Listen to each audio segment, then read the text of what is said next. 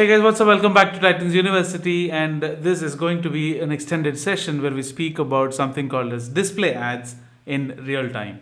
I would be showing you how to create a display campaign from scratch. What are the factors that you need to keep in mind? Not just that, we would also be looking at the the wide range of targeting options that we have seen in the previous session. So first things first, so here is what we are going to look at in this session in a nutshell. I'll be showing you how to create a display campaign.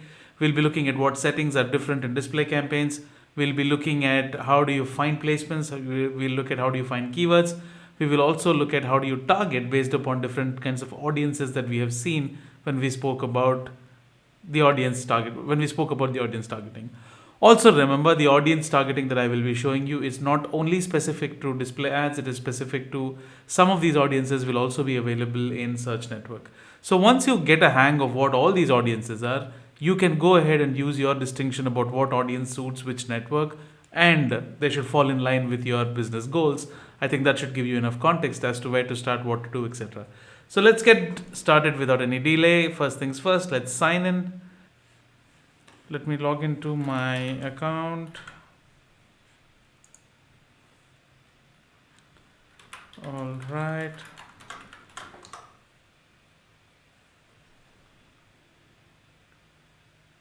Okay, so this is my account. Campaigns.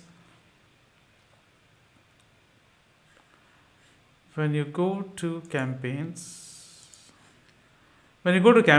click on different new campaign.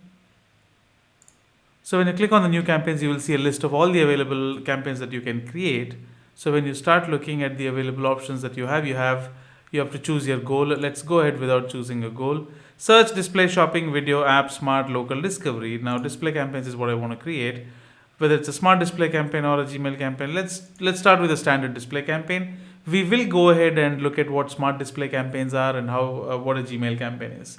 Smart display campaigns are slightly different because if you this can be considered like auto bidding option, not in the bidding context, but the targeting is a little simple and you don't have to do everything from scratch. If you read what it says, recommended because advertisers with your campaign goal on average get more conversions using a smart display campaign. So let's look at what a smart display campaign is.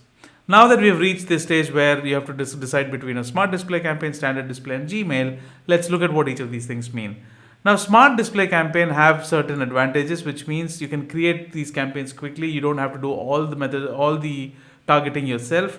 It works smarter, not harder, but don't get carried away with this. It doesn't work always like that, right? Smart display campaigns automatically optimizes within days, but wherever automation comes, even before you understand your account and how display campaigns are working for you, I don't think it's a smart decision. So use this with some kind of jurisdiction. When you talk about smart display campaigns, you will have access to automated bidding, automated targeting, automated ad creation. When I say automated ad creation, you should start thinking about ads are being automatically generated. And if you start looking at the benefits, there is something called as dynamic ads, which will, let me tell you what I mean. What I mean by this is sometimes if you're a product like Amazon and if you want to show people your ads, let's say if I came to your website, I clicked on shoes. When I clicked on shoes, now next time you want to show ads related to, let's say, flip flops or socks because I've already made a purchase and you think I may be interested to make another purchase. So every time you can't choose which product to showcase, right? So you can start setting up dynamic feeds where product feeds can automatically be picked up and those products will automatically be shown to people as a part of remarketing. We will be talking about this when we speak about remarketing, but at this point in time, understand smart display campaign uses a lot of automated features which are termed as smart features, which can take away the targeting headache from you, but ultimately you will also lose control which you otherwise would have in a standard display campaign. So let's go ahead and start looking at Gmail campaigns. Now Gmail campaigns are very simple. Every time you go to your Gmail ads, if you're under promotions tab, you will see some ads, something labeled as ads, which look like emails, but they're ads. You can create your ads which appear in Gmail using this option. Now, while this is not what we want to create a standard display campaign because we're starting off, and you can also put in your business website. I'm not going to do that. Let's simply go ahead. All right, so name of your campaign, I'm just going to say my first display display campaign. Some of the settings, in fact, most of the settings will be same, like location, language, all these settings will be same like search campaigns. Bidding options, you will see conversion, conversion value, and viewable impressions. This is something that you did not see in search, because in search you can only either pay for clicks or conversions. Now here, since you're talking about display, you can choose to pay via CPM, which means for every 1,000 impressions your ad shows to people, you can decide to choose once. Viewable impressions are when a user sees 50% of your ad or more for 1 second. These are viewable impressions, but the pricing methodology that this falls under is called as CPM, which means you can choose to pay for impressions. And viewable impressions are when a user sees 50% of your ad or more for 1 second, right? Additionally, if you choose conversions, now if you choose viewable impressions, there is nothing else that you can do because you're paying for impressions. If you want to pay for conversions, you can always choose whether maximize conversions, or if you want to manually set bids, you can choose that. Or you can select a different bid strategy altogether, which we saw in the search campaigns. The only difference being viewable CPM, which means you will start focusing on paying for impressions. Now, this is what I mean by viewable impressions. Let's say your ad has got 10,000 impressions. Now, earlier it was you. Now, paying for impressions is you pay every time 1,000 people see your ad, or if your ad accrues 1,000 impressions. Now, there is no context to it, right? What Google does now is it charges you for viewable impressions. How does it know? It starts looking at factors like what is the page scroll, people are scrolling pages, etc., etc. Budget is the same, let's say 100. Now, shared library, we will talk about it later. Additional settings, these also additional settings. I think we have looked at these: ad scheduling, start and end dates, devices, campaign URL options. So we will be looking at these additional settings in a while. Now, ad group, let's say my first ad group. There you go. Now, targeting, if you are using a smart campaign, it uses machine learning insights and best performing keywords and blah, blah, blah. Now, I want to go ahead with manual targeting, right? Now, this is a display campaign. I will go ahead with manual targeting. Now, this is where your audiences come into picture. Do you see how there is a predefined list of categories that Google classifies users upon, and you can go ahead and create or click on these things if it matches your requirement? However, if that is not the case, if you want to choose your own audiences, if you want to create your own audiences, you can use these. If you start looking at these audiences, these are all what we had discussed yesterday, apart from a few things that we would talk about when we speak about remarketing. Affinity audiences are people who are classified according to certain behavioral patterns. If you're talking about in-market audiences, these are people who are actively involved searching, or who recently have made any purchase, or you can define what your in-market audiences are, who recently indulged in some kind of activity when it comes to interacting with an ad that matches the theme of your product, right? Now, let's say if you're talking about in-market audiences, if you talk about apparel and accessories, it will start showing your ad to that group of people who recently interacted with, who recently exhibited behaviors interacting with these kind of websites. That could be browsing through shopping sites related to apparel. It could be sites like Amazon where people recently made a purchase, or people who have browsed through the websites on the Google Display Network. That those people will start looking at these ads, right? So that's your in-market audiences. Now, you can choose whatever you want. I am not discussing your remarketing at this point in time, because we would have a complete session based on remarketing. Now, your custom audiences, now you can create your own custom audiences. Let's say if I want to target people who are interested in shoes, so you will select shoes and Google will start showing you results related to this, right? Given some ideas, and it will start expanding it. Now you can save the audience, and this audience will be targeted, and these are some of the attributes for that audience. Again, these are all estimates. You can name the audience saying shoes audience, and then you can save the audience, right? You can also expand your search by people who browse these type of websites, or people who use certain types of apps. You can start expanding your targeting based upon if you have a list of URLs. If you want to target people who are similar to browsing sites like, let's say, ehow.com, right? Google will start taking that into account, and it will start finding those audiences who visit sites like eHow on the Google Display Network and show your ads. That's about it, right? You don't have to do all these things for one campaign at one point in time. You will start a display campaign, start a standard display campaign, start adding different kinds of targeting, start looking at what works, what doesn't work. That's how you keep expanding or adding these audiences, right? Then you have demographics. Demographics, as I said, is the gender, age, parental status, and household income. If you want to target somebody, a product which is only applicable to females, you can just select females and unknown and choose the age range of people that you are looking at targeting. If you're targeting people who have joint pains because of age, then probably you can start doing this, right? Parent or not a parent doesn't matter. Household income doesn't matter because it's a health related issue. Okay. All right, then you can add your keywords, topics, or placements. Because this is a display campaign, you can either give in keywords, you can either give in placements.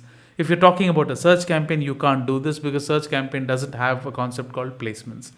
Keywords are choose terms related to your product or service to target relevant websites, which means if I give in a set of websites, if I give in a set of keywords here, let's say shoes, let's look at what kind of, Google will also help me find these keyword suggestions.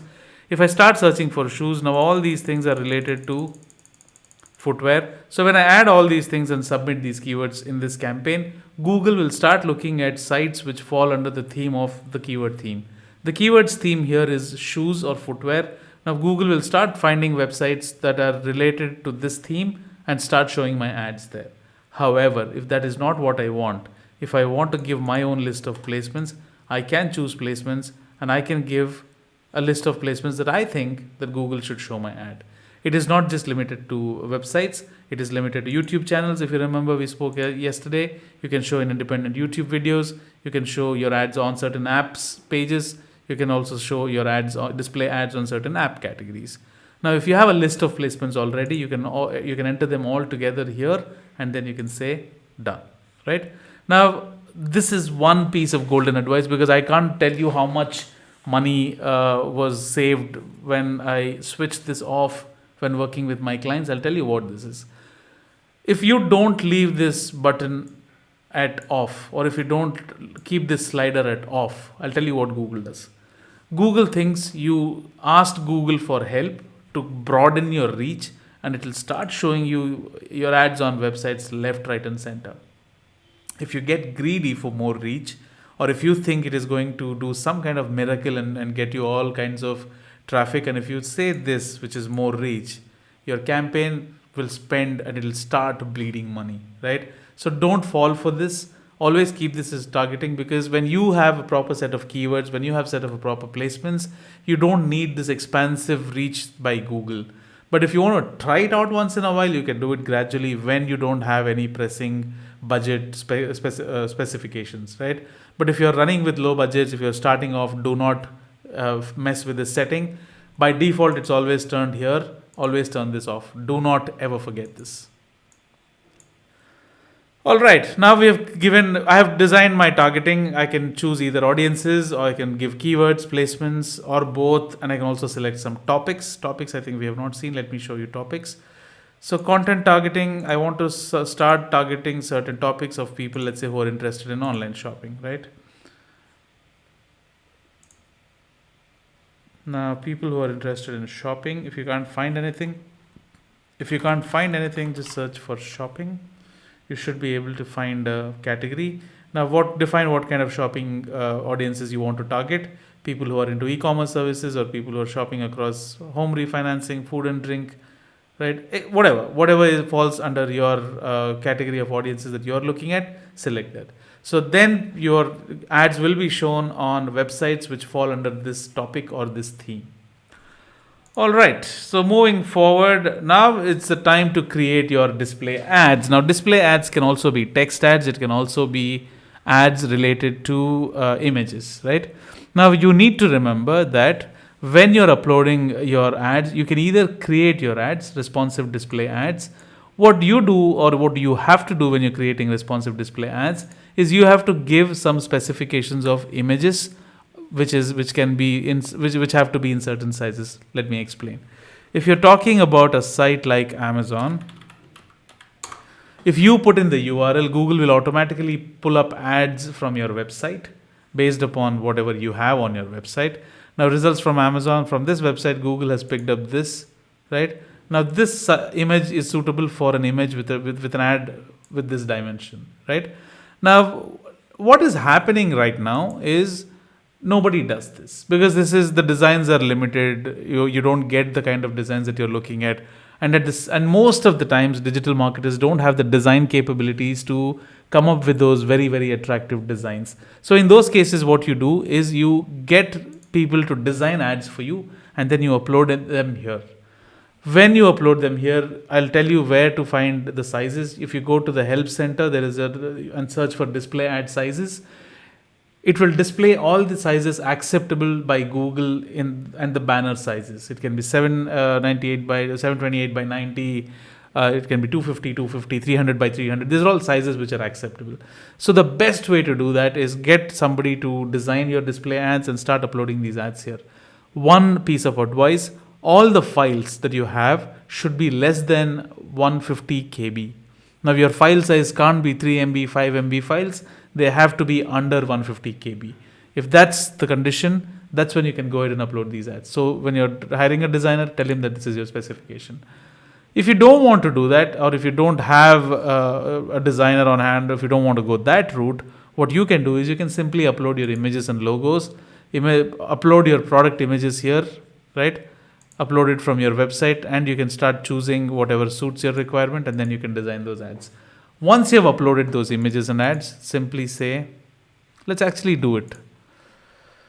Okay, but we don't have anything, so let's simply go to stock images.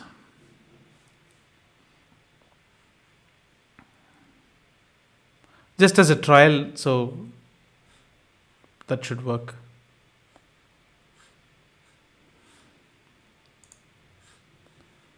Come on.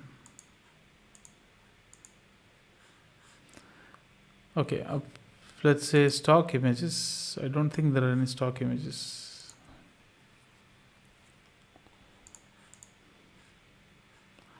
Or let's go to Amazon and pick a particular URL. Let's go to amazon.com or amazon.in. Select a particular product. Let's say go to this section.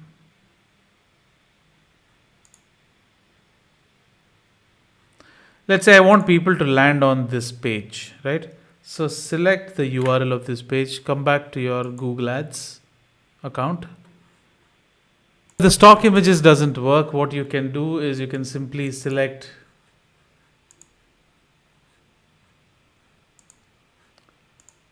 upload images or just the URL. There's something wrong with that stock images. So let's try with this. So I have put in a URL.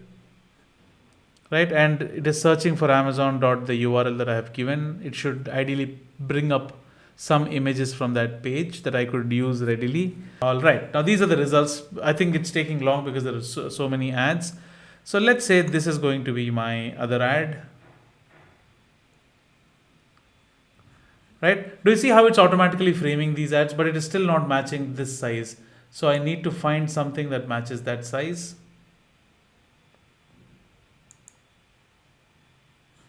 Do you see how it automatically matches? Now I got one image which fits both the square kind of ad and a wide rectangle.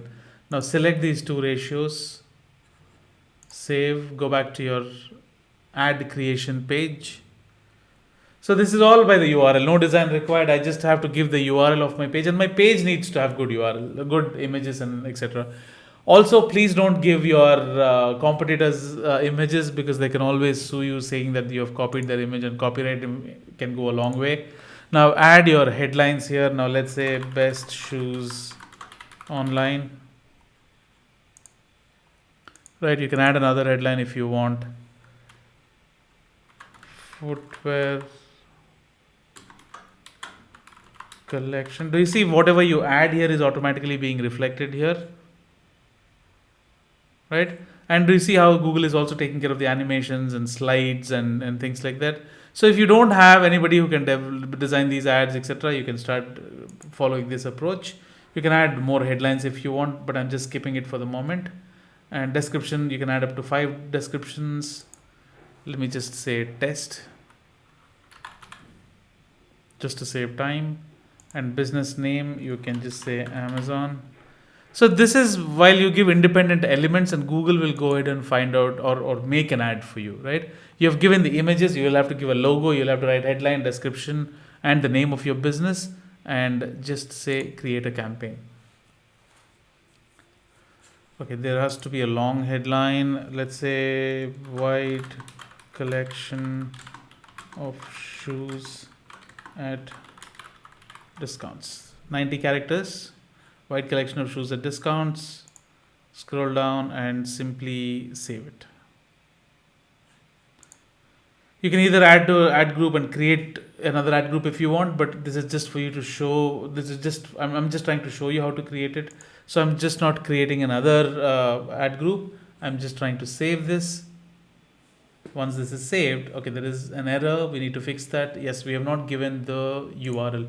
We have not given the final URL, which means we have not specified where should people go when they click on this ad. You have to give a page that matches your ad. If your ad is talking about Amazon, if your ad is talking about shoes, it makes sense for you to send them to an ad to a page which talks about shoes and not send them to a home page. But I'm just doing it here because this is for demonstration only. When we speak about real-time campaigns, when we start looking at real-time accounts, when we create campaigns in real time as a part of this course, you will understand how do you include exact URLs. Now this is the ad that I've created. I'm trying to create a campaign. Let me see if I've missed anything. Please select the content keywords. Now add all ideas. Only show ads on pages, apps, web videos related to these keywords, right? So create a campaign. Now also remember guys, with these interface, with the interface at Google constantly makes changes.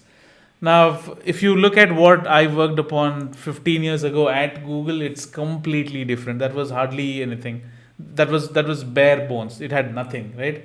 Now all these things became much later, and now the interface looks much better than what we worked at Google back in 2006, 2007.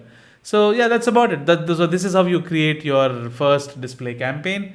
And what we need to look at now is once we've created a display campaign, and we've also seen how do you target different ways. Now, what we need to do is there anything else that we missed out on? Let me think. No, I don't think we missed out on anything. There is one advanced settings discussion that we need to have when it comes to discussing things like ad rotation, etc. We will talk about it in the next session. So that's it for this session when it comes to creating display campaigns. You just have to either have keywords or placements or both, or you can add other kinds of audiences as targeting, or you can include all these things at all these targeting mechanisms for one campaign. As we had discussed in the previous session, I also told you that don't try to add all kinds of targeting for one campaign at once, because it becomes too narrow and your campaign will not ever perform. You will always have 0 impressions and 0 clicks because it's too narrow. So give it some breathing space. Try one targeting at a time, or try creating different ad groups and target them different. One ad group for audiences, one ad group with keywords, one ad group with placements. So that's how you will know what is working and what is not working. So that's about it. Thank you so much for being patient, and I'll see you again in the next session. Cheers.